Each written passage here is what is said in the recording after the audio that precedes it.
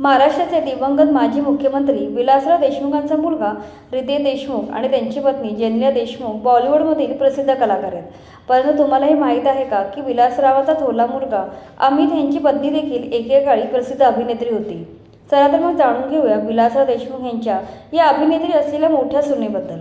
विलासरावांचा थोरला मुलगा अमित देशमुख यांनी वयाच्या 21व्या वर्षी राजकारणात प्रवेश केला। तेव्हापासून ते वडिलांच्या पायावर पाय ठेवून राजकारणात सक्रिय आहेत।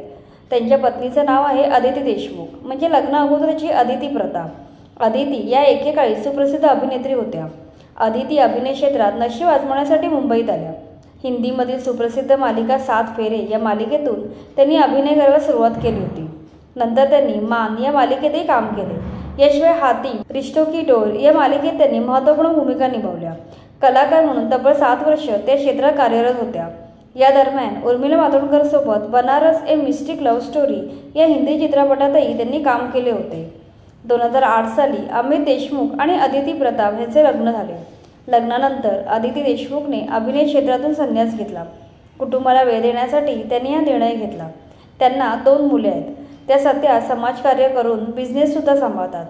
त्या 21 ऑर्गॅनिक या फार्म टू टेबल या स्टार्टअपच्या संस्थापक आहेत। याशिवाय त्या नमस्कार आयुर्वेद या कंपनीच्या को-फाउंडर आहेत।